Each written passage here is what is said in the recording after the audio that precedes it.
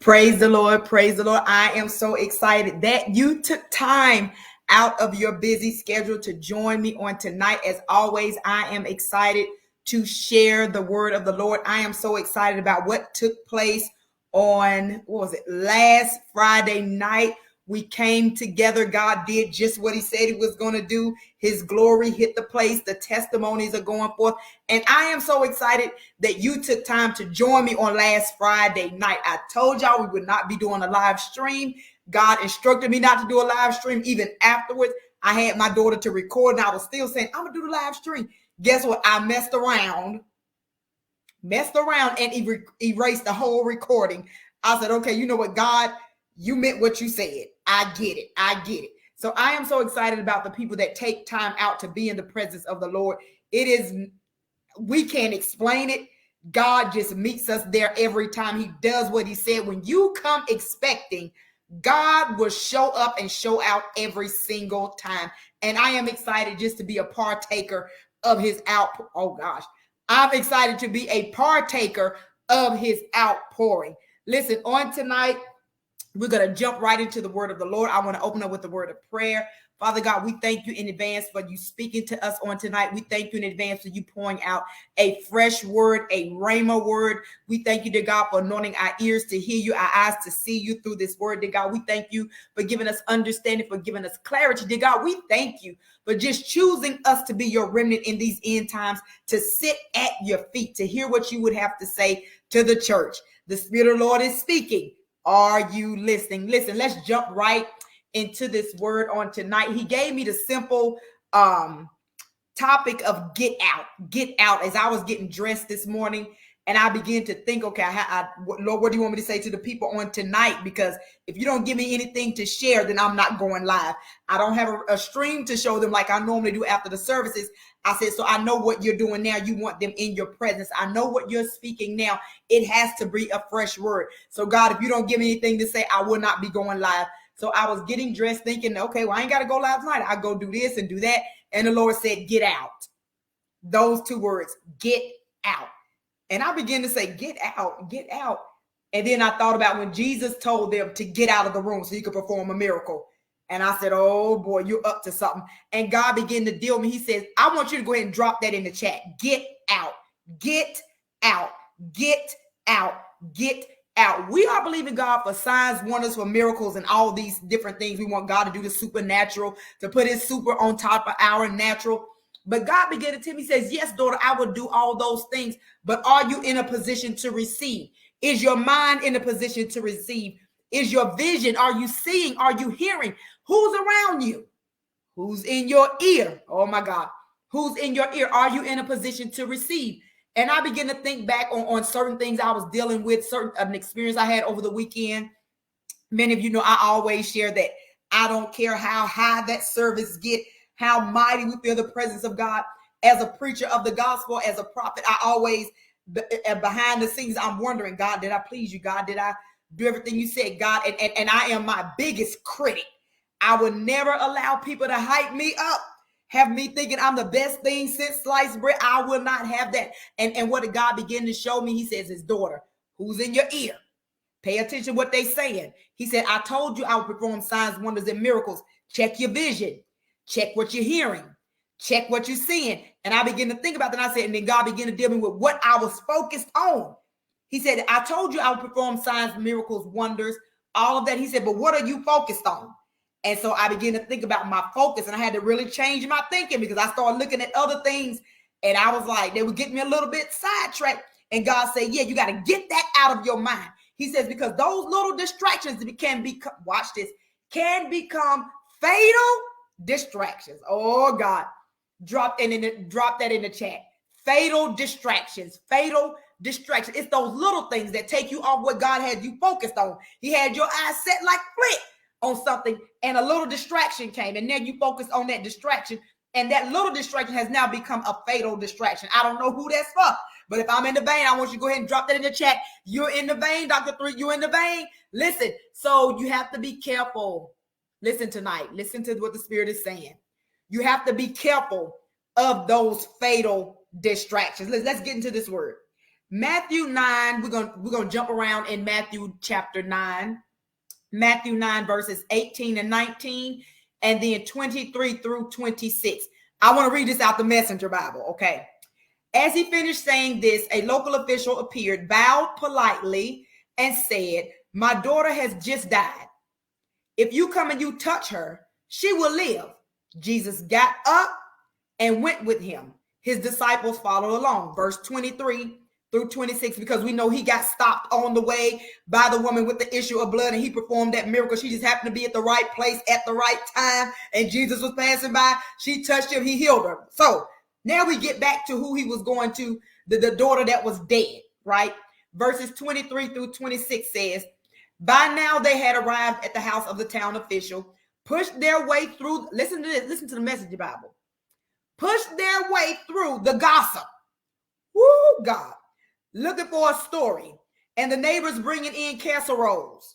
Somebody had died. They gossiping. She died. She young. They bring, you know, as us black folk, when somebody died, we bring in some food. They could have just died an hour ago. Here come the chicken. So this is what was going on. It says that Jesus and his disciples, they pushed their way through the gossip and the people bringing the food. Jesus was abrupt. What did Jesus tell them? He said, get out. Listen, it says Jesus was abrupt. Jesus was abrupt. He told them to get out. The girl ain't dead. She just sleeping. Listen, they told him he didn't know what he was talking about. But when Jesus had gotten rid of the crowd, when he finally made them get out, he went in, took the girl's hand, and pulled her to her feet alive. The news was soon out and traveled throughout the region. What did Jesus do? He passed by the gossip. He passed by the people. Let me go see. Let me go take some. Let me go see how they doing. Let me check it. You know when somebody die, how people do. Everybody ain't concerned about your grief. How she handle it. What we say? Who got the body? What's the arrangements? They just died like an hour ago. Watch this. Jesus walks in and he says, she ain't sleeping. I need all y'all to get out. Watch this.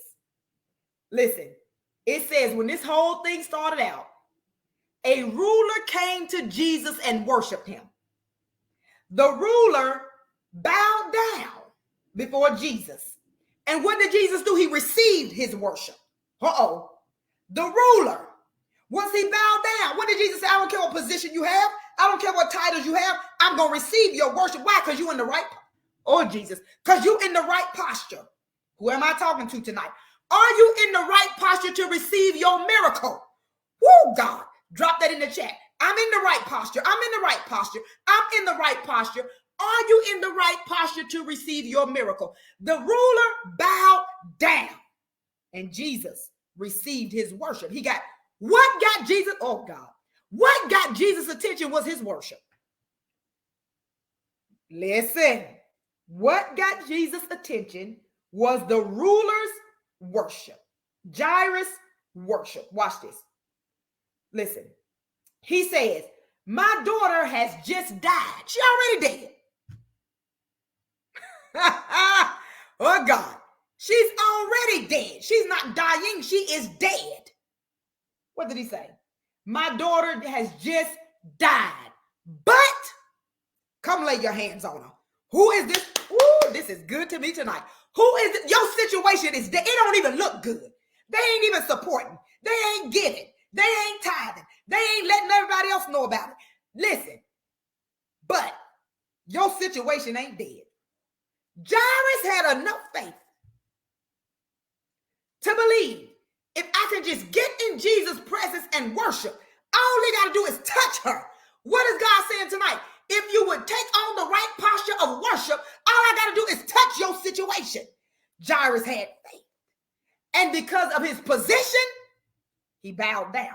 And because of his faith, Jesus said, let's go. Do y'all hear him tonight? Check your posture. Check your faith. Drop that in the chat. Check your posture and check your faith. Watch this. So he said, my daughter has just died, but if you come lay your hands on her, she will live. His faith. The ruler did the right thing in coming to Jesus. but his faith was small in comparison to the centurion in Matthew 8.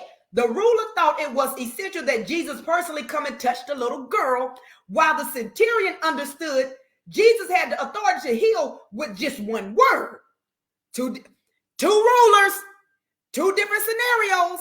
One said, come lay your hands. The other one said, just speak the word. The other one said, just speak the word. Either he can send the word or he can touch. Don't matter. Situation, outcome, miracle. He can speak, oh God, he can speak the word or he can touch. Who is this for? All you need sometimes is one word. Matthew 8, he needed a word. Right here in this chapter of Matthew, what we in? Matthew 9, he need a touch. Don't matter what you need, God said the dead thing can live. What's your faith? What's your posture? Let's keep going. He says, so finally Jesus and his disciples make it there. And they have already called in, watch this, all this commotion. Who is it that Jesus is pushing his way through? The Message Bible says the gossip, the people bringing the food. But when you look into the King James, it goes even different. They had already called in the flute players. Listen, the noisy crowd. They were paid mourners. Watch this. It was customary that when you know somebody is dying or when they die, you got to go pay to get people to professionally mourn and cry. Who is it that listen, that Satan has, oh, Jesus, help me, Holy Ghost, that Satan has employed to be mourning over a situation in your life that God is saying, if you just believe me, it ain't got to be a dead situation. But Satan in his mind already playing tricks and telling you that thing is dead. Let's call in the woe is me. Let's call in the pity party. Let's call in everybody, look at me, I'm just going through. Let's call all the mourners in. Jesus told Jesus told the mourners, get out. He told, watch this, because if I'm mourning, oh, watch this, I'm walking heavy tonight. If I'm paid to mourn over something that I already know is dead, and here comes Jesus about to cause a dead thing to come back to life. So if your faith ain't where mine, I'm believing, I know when I touch, she gonna get up. If you don't believe that, you paid to mourn, I need you to get out. Who is this for tonight? I feel like I'm about to go through this screen. Listen. Who is it in your life? You believe in God for a miracle, but you but you surrounded by mourners. You surrounded by people that's praying your downfall. You're surrounded by people that's saying they ain't gonna make it through. Don't you know sister so-and-so died with that? Don't you know the person that tried to start that kind of business last year, it failed? Don't you know somebody else that launched out with a church, didn't have no members, it didn't work? The mourners? You need to tell them to get out. Who am I talking to tonight? The person in your ear speaking negativity. The person in your ear speaking against what you know God told you. I don't care if it's your kids, your husband, your cat, your dog. If they speaking against what God told you, you got to go. Get out. Drop that in the chat. Get out, get out, get out. Get the negativity out. Everything that's not believing God the way I'm believing God, you got to go. If you on my team and you don't believe this thing is international, you got to go. If you on my team and you don't believe that signs, wonders, miracles going to happen every service, you got to go. If you don't believe God, like I'm believing God, you got to go. Listen, we got to put on some tough skin because we keep people around where they support, but do they believe like you believe? Well, they always going with me when I go. Yeah, they may be going with you to all your doctor's appointment. Every going helping you do all this. But do they believe you're going to be healed? Or do they believe they're just doing the right thing? I'm just going to help her because she's going through. No, baby, do you believe that I'm going to be healed? I don't care what kind of death sentence the doctors have given me. Do you believe I shall live and declare the works of the Lord? Because if you don't believe that, I don't need you going to no appointment. I don't need you checking on me. I don't need you sending no food. We have no more dealings. Do you believe like I believe? Jesus told them. He said, watch this. He got past the flute players, the people bringing the casserole, the gossip, and he told everybody, get out. Get out. When we notice how quickly they moved from wailing to ridiculing Jesus, he crazy. They went from Watch this. They went from mourning to now this man think he about to raise this girl dead. Who am I talking to? They was on your side. Because when you started out, it sounded good. But now it seems like, wait a minute, that's a little bit too much work. I ain't know I had to do all that now. Who she thinks she is? Who he think he is asking me to do all that now? When we started out, they went from mourning, listen, they went from mourning to ridiculing Jesus. They ain't know which side they want to be on. They ain't know if they want to be with you or against you. Watch this. Then it says, when the crowd was put outside, oh God, when the crowd was put out, listen to these words tonight. When the crowd was put outside, Jesus went in, took the girl by the hand, and told her to get up. What is God saying tonight?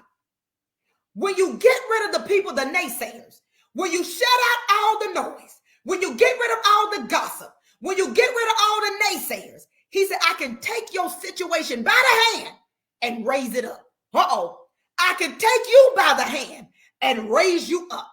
But I'm not doing anything with all the naysayers. You got the negativity. You believe me 1 minute you don't. You have faith in me 1 minute you don't. You get distracted in 1 minute you're back with me. He says, make up your mind what posture you're going to be in. What did the little girl's daddy do? He got in a posture and he had faith. Don't care that I done already paid these mourners. That's customary. That's what we do. So I did that. But I got to get to I got to get to Jesus. I don't care what it looked like. I know she dead. I still got to get to Jesus. Jesus got stopped on the way. It don't matter. She already dead. So, hey, listen, I got to get to Jesus. Watch this. So he told the little girl to get up. Watch this. He told her to get up and live. Woo, Jesus, watch this. But what God began to deal with me about, he said, look at all them distractions. Ah, God, watch this. This is going to bless y'all tonight. Drop this in the chat. Distractions. Watch those distractions. He said, look at all those distractions Jesus had, yet he stayed focused on what he was sent to do. Oh, God. He had the distractions of the flute players. The woman with the issue of blood stopped him on the way. So first he out, he doing what he got to do. Here come this man, come heal my daughter. Because you worship me, so I receive your worship. So let's go, let's get it. Jesus is on his way. He focused on what he got to do. Here come the woman with the issue of blood. Distraction one. So he deal with her, get past her. Now I got to get through these crowds of people. Distraction number 2. Here come the flute players. Distraction number 3. Here come the mourners. Distraction number 4. Here come the people with the casserole. Distraction number 5. Here come the professional mourners. 5 distractions. Jesus stayed focused. He knew what the end goal was. He knew what the purpose was. So all these distractions didn't get him off track. Whoo, God, watch this. All of these distractions did not get him off track.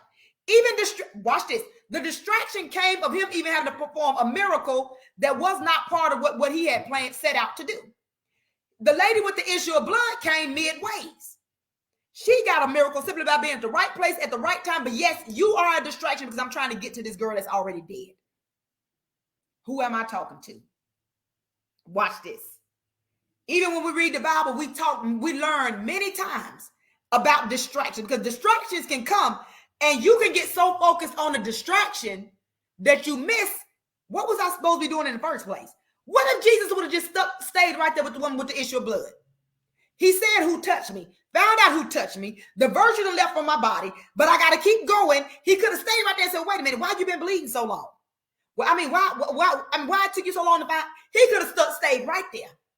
Got distracted with her. He could have stayed right there and got distracted by all these, the flute players, the mourners, the people with the casserole. He could have started going off on them. He didn't let that stop him.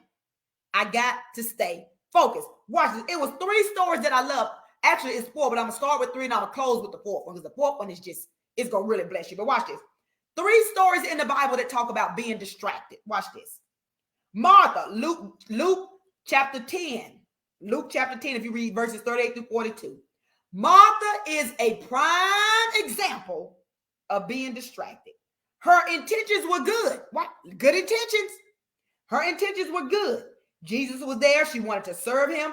But while doing so, she forgot the most important thing was spending time with him. What's this?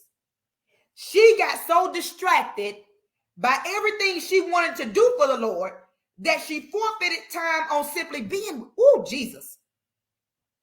People in ministry, I'm guilty. I'm guilty. You get so busy, watch this, with the assignment that we forget. What about, I ain't been talking to him lately. I ain't been in prayer. He told me to fast and consecrate, but my mind on, well, Friday night, I got to be ready. But he said, fast and consecrate and be in my presence, daughter. I need you in my presence all week. Did you do that? Or were you so focused on Friday night? I got to make sure the people are there. I got to make sure that everything is in order. I got to make sure this. Where's your focus? Who am I talking to? Because I'm preaching to myself now. Who else am I talking to? You have been guilty of this. I'm so busy doing a work. Oh, God. I'm so busy doing a work of the assignment that I forget the one that gave me the assignment. I'm so busy trying to make sure it goes off without a hitch. Everything is in place. Everybody done got paid. Everybody happy. Everybody doing what they're supposed to do. That I forgot that in the meantime, I should have been on my face. I forgot that God said you're supposed to go live every week, praying all the way up to Friday. Why you ain't do that? These are the things that can happen. Well, I ain't going live because I got to be ready for Friday night. Well, I asked you, would you pray with the people and get them ready for Friday night so they'll be ready when Friday night come? Prepare them for what's about to happen Friday. Okay, but I got to do X, Y, and Z first. Martha, busy doing a work for the Lord, but missed the opportune time to sit at his feet. Got mad at her sister because her sister was sitting there anointing Jesus' feet, talking to Jesus, having communion with Jesus. While I'm up here doing all this work, I'm cleaning up the kitchen, fixing food. Jesus, can you please tell Mary to get up off her knees and come and help me? Jesus said she found that thing which is needful. Who God? Don't you miss the gift giver being so concerned about the gift that he gave you. Don't you get so focused on the assignment that you miss the one that gave you the assignment. Whoo, God, this is good tonight. Listen. Okay, second one. Watch this. Samson. Here we go. Samson was distracted from his purpose. That's in Judges 13 through 16. Samson was constantly distracted from his person, from his purpose by Delilah. Ah, God. He was so lost in that relationship with her that he was distracted from his identity and he gave away his secret. Be careful who you lay your head in their lap. Woo, Jesus. Be careful who you give all your secrets to. Be careful who you share every detail of it that God gave to you. He give you all the details. He never said share everything I told you. Who am I talking to tonight?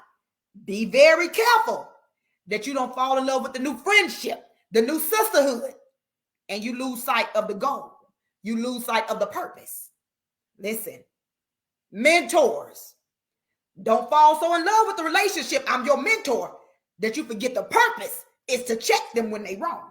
Who am I talking to? Coaches, I can't say nothing bad because if I say anything bad, they may not let me coach them more, then I'm gonna lose them funds. Be careful that you don't fall in love with the relationship.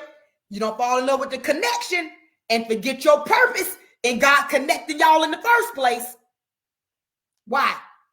Because if you don't say everything God told you to give them, the blood on your hands. I don't know who that's for. If you don't say everything that God is telling you to tell them, when he told you to check them, when he told you to tell them that's wrong, I don't like that, and you didn't tell them because you like that money they giving you, he said, I'm going to deal with you. The blood on your hands. Let me keep going. Number 3, David was distracted from what he already had. Watch this. David was distracted from what he already had. Samuel 11. We know the story. David was distracted by his view of Bathsheba on the roof. As a king of Israel, he had a lot to do. But as a man, he was distracted by her beauty.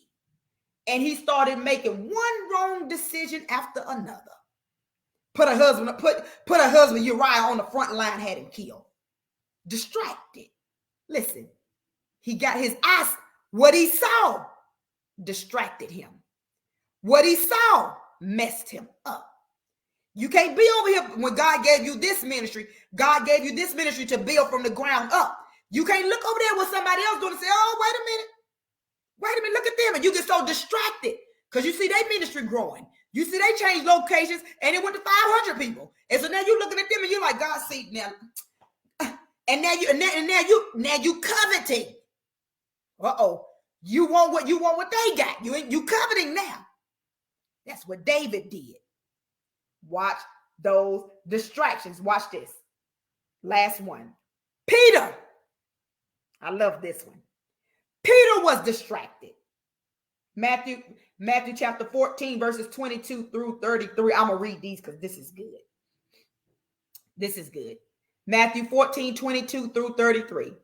As soon as the meal was finished, he insisted that the disciples get in the boat and go ahead to the other side while he dismissed the people. He told the people, get out. We done. Go away. He told his disciples, leave. Go that way. I deal with the people. I get rid of the people. I will send the people away. Watch this. After he had got rid of the crowd, he climbed the mountain. Jesus went to the mountain so he could be alone and pray by himself. Here he goes shutting in again.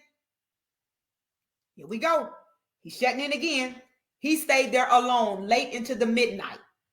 Meanwhile, the boat was far out in the sea where the wind came up against them, and they were battered by the waves. At about 4 o'clock in the morning, Jesus came toward them, walking on the water. Jesus came toward them, walking on the water. They were, this is the Message Bible, they were scared to death. A ghost, they said, crying out in terror. But Jesus was quick to comfort them. He said, no, it's me. Don't be afraid. Verse 28. Peter suddenly, y'all know Peter, suddenly bold said, if it's really you, call me to come out to you. Let me walk on water too if that's really you. Peter, watch this. Verse 29 through 30. He said, come on. Jumping out of the boat, Peter walked on the water to Jesus. But when he looked down at the waves turning beneath his feet, he lost his nerve and he started to sink. A minute ago, you would, if that's you, call me out. Because if that's you, God, if that's you, Jesus, I know I can walk. I know that's you. You ain't gonna let me fall. You ain't gonna let me sink. Watch this. Soon as he looked down, he got scared. He started to sink. And he cried out, Master, save me. Verse 31, Jesus didn't even hesitate. He reached down and grabbed him by the hand. Then he said, faint of heart, listen to this. Faint of heart. I love how the Message Bible put this. Faint of heart, what got into you? Uh-oh. What got into you? Listen, the two of them climbed into the boat and the wind died down. The disciples in the boat, having watched the whole thing, worship Jesus, saying, this is it. You are God's son for real. But I'm going to go back. Jesus walking on the water. Peter look at him. Peter says, nobody else but Peter. If that's really you, Jesus, call me out there to walk with you. Because I know if that's you, you ain't going to let me sink. As long as he kept his eyes on Jesus, he was walking on water. Woo, God.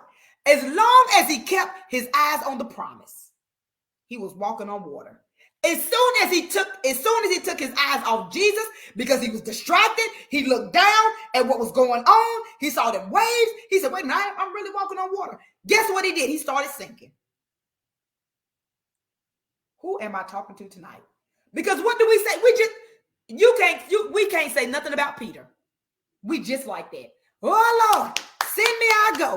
Use me for your glory. Raise me up, God. I want to be your end time prophet, God. And we say all that.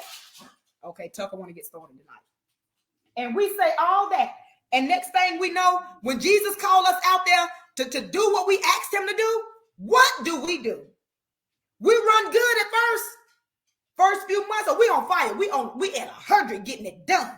As soon as something around us start going contrary, we take our eyes off Jesus and we start looking down at what's going wrong, looking down at the people talking, looking around at the people that left, looking around at who ain't giving no more, who ain't coming no more, who ain't giving me the accolades no more. We look around at that, and what happened? We began to sink. those distractions. What did Jesus say to Peter? Watch this. He said, what got into you? What caused you to take your eyes off me and look down? Oh, God. What caused you to take your eyes off me and look down? My God, what is God saying tonight? Whatever that thing is in your life that has caused you to take your eyes off of him, you better get it straight tonight, because those distractions will cause you to sink. Oh my God. Those distractions will cause you to miss the mark every time. Those distractions will cause you to miss the mark, and God will raise somebody else up, and you have to sit there and watch them doing the exact thing God called you to do. Who, if this is for you, say, Dr. Three, that's for me. That's for me. That's for me. Watch this. It says, I'm gonna go all the way down to the end. Watch this. It says, why did you doubt? Who persuaded you? Why did you get distracted? Jesus only asked this question once, because Peter was already rescued. He had already saved him. He said, but what made you doubt? What made you get distracted? Watch this. Doubt is literally, what does doubt mean? To be divided into two. If you were there Friday night, we helped with God. God dealt with us about, I believe you, but help my unbelief. The part of me that don't really believe you. The part of me that's like, no. We dealt with that Friday night. So if you were there Friday night, you good. But those that weren't there, watch this. Doubt means to be divided into two. True faith is single-mindedly focused on Jesus. I don't care what the reports say. I don't care what the doctor's report say. I don't care how many people died with it. I don't care who ministry failed. I don't care who got out there just like, yep, they did just what I did. They got out there, yep, by themselves. They were single. They did, yep, and then all that happened. Yep, I don't care. I don't care. All I care about is what God told me. All I care about is that God said, stay focused, daughter. Stay focused, daughter. I am encouraging myself right now. Stay focused, daughter. Let them talk. Let them lie. Let them think they're getting over on you. Let them think they're using you. Stay focused. Stay focused. Stay focused. That's how you don't get distracted. Watch this. It says, to doubt means to be divided in two. I believe, but I don't believe. Sometimes I believe, sometimes I don't. I believe, then I looked at this distraction over here, and I stayed on this distraction a little bit too long. So now my faith there right there. But watch this. Watch it. What does it say? True faith is single-mindedly being focused on Jesus. Period. Ain't no black and white. Ain't no middle. Watch this. It says, watch this. The biblical definition. I love this. The biblical definition of distraction. Listen to this. This is powerful. The act of distracting means drawing apart or separating. So when I am distracted, it draws me away from my purpose.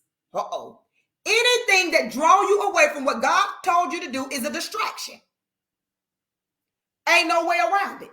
If I was praying every night for 45 minutes and I got a job because I prayed and I asked God for the job, do not let the job become a distraction. Now I can't even pray for 45 minutes, God, because you know I got to get up early.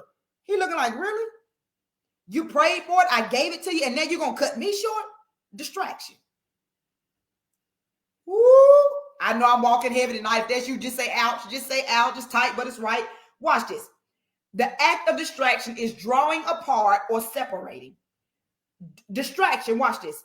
Distraction biblically is considered confusion from a multiplicity of objects or situations. I'm going to say that again. Confusion from multiple sources. Watch this. And they crowd your mind and they cause your attention to go in different directions. We call this mind. That's why y'all always hear me say, I bind mind traffic and mind confusion. Why? Because you will have so many thoughts in your mind. They all distractions, but they coming from everywhere. It's your job, it's your kids, it's your dog, it's your cat, it's your church, it's your mama, your parents, you're sick, you don't feel good, now my heart hurt. Now, distractions. When you got multiple distractions going, and I've had it happen many times. And I said, whoa. Too much going on. I ain't taking no more phone calls today. Phone off. TV off. I'm going to sit in the presence of God because there's too much going on. And when you shut out all the noise, watch this, his peace can come in. He could give you that sweet sleep. You can't sleep when you got everything going on in your mind. Everybody getting on your nerves. Everybody talking. Everybody, you got everything just going on. 15 million engagements. Too much distractions. Watch this. So we dealt with, you've been separated, pulled apart from your purpose. Now you got confusion from multiple places or things crowding your mind traffic, mind confusion. Now you got confusion that causes disorder when there is no peace. That's a distraction. Watch this. It says the biblical definition of distraction is madness. Listen to this. Madness, a state of disorder. Furiousness, you just mad. Distractions. Watch this. Number 5, biblical definition of distractions. Foolishness in the extreme. Oh, Lord. Listen to that. I'm going to say that one more time. Foolishness in the extreme. And it amounts to what is known as insanity. Mic drop. Distractions. When you start having multiple distractions going on, you start making foolish decisions, doing foolish things, moving in a way. And everybody like, wait a minute, why would you do that? I thought you was too many distractions. You off focus. You done took your eyes off the purpose. You done took your eyes off the goal. What is God saying tonight? My son, my daughter, everything that is pulling at your mind, you need to tell it to get out. And what does it say? What does Ephesians say? We cast down every thought and every imagination and every high thing that would try to exalt itself against the power and the knowledge of our God. Everything in my mind that's coming up against what God said, I got to tell it to get out. Every thought system, watch this. All those negative thoughts. Listen, and watch this. I'm going to tell you one thing. Watch this. Thank you, Holy Spirit. It may not even be other people. It may be what you're telling yourself. Thank you, Holy Spirit. It may be what you're telling yourself. Everybody else looking like, but that didn't happen. I mean, when did you see that? Do you understand false imaginations? That means it's not real. You're imagining it. You have told it to yourself. That's what you have to cast down every thought and every imagination and every high thing that would exalt itself against the power and the knowledge of our God. Every day you got to cast down those thoughts. Why? Because those things will get you off focus. Those things will get you off track and will have you to lose sight of what God has for you to do. As I close tonight, listen, make sure you're focused on the purpose. You're focused on God's agenda, exactly what he told you to do. Get rid of all the noise. Tell all the naysayers to get out. Tell all the false thoughts to get out. Tell everybody with the negative opinions you got to get out. Tonight is your night to refocus, to realign. Tonight is your night. Listen, to get back on track. Watch this, to get back on track. If you want to sow tonight, the information is on the bottom of the screen. If you want to sow tonight, I want you to tag your seed, divine alignment. I'm getting back in line. Alignment. I'm getting back in line. I'm putting all the noise out. I'm telling everybody to get out. Everybody that's contrary to what God told me, I'm telling them to get out tonight. And I'm grabbing hold to my purpose again. I'm going to grab hold to what God told me. I'm going to get rid of all the negative thoughts, all the naysayers, all the people that's telling me I can't. Can't ain't in your vocabulary right now. Right now, we're pushing forward. Right now, we're in the end times. Listen, I'll be 50 in November. I'm realizing now I may have more time behind me than I got in front of me. I tell my daughter, I come from my family, we live long. Grandma was 98. Great grandma was 101. I said, I live a long time. I said, I got a long lineage, but it could be possible because I know whatever my assignment is filled, I'm leaving this earth. So I'm thinking about that now. That you know what, I'll be 50 in November. I'm halfway there. I said, so we got to get work. We got work to do. Listen, I want you to grab hold to that assignment that God gave you. Shut out all the noise. We all, if you follow my ministry, you're a part of my ministry. We have kingdom assignments. It's not about them little people. It's not always about the people in your church. It's bigger than that. It's not about the people in North Carolina. It's bigger than that. It's kingdom. It's kingdom. Listen, I love you. There is absolutely nothing you can do about it. I will be back here actually next week. We'll start the prayer call again. We'll be back at 5:30 a.m. praying and bombarding heaven. going before the Lord, getting ready for our first Friday service in June. I pray that you would pray about meeting me there. My God, pray about that life-changing experience. Pray about that miracle service. Listen, as you sow tonight, you are sowing into miracle soil. Listen, and it always returns an increase, 100-fold return. I pray over every seed. Listen, if you want to sow, the information is on the bottom of the screen. I love you, and there is absolutely nothing you can do about it.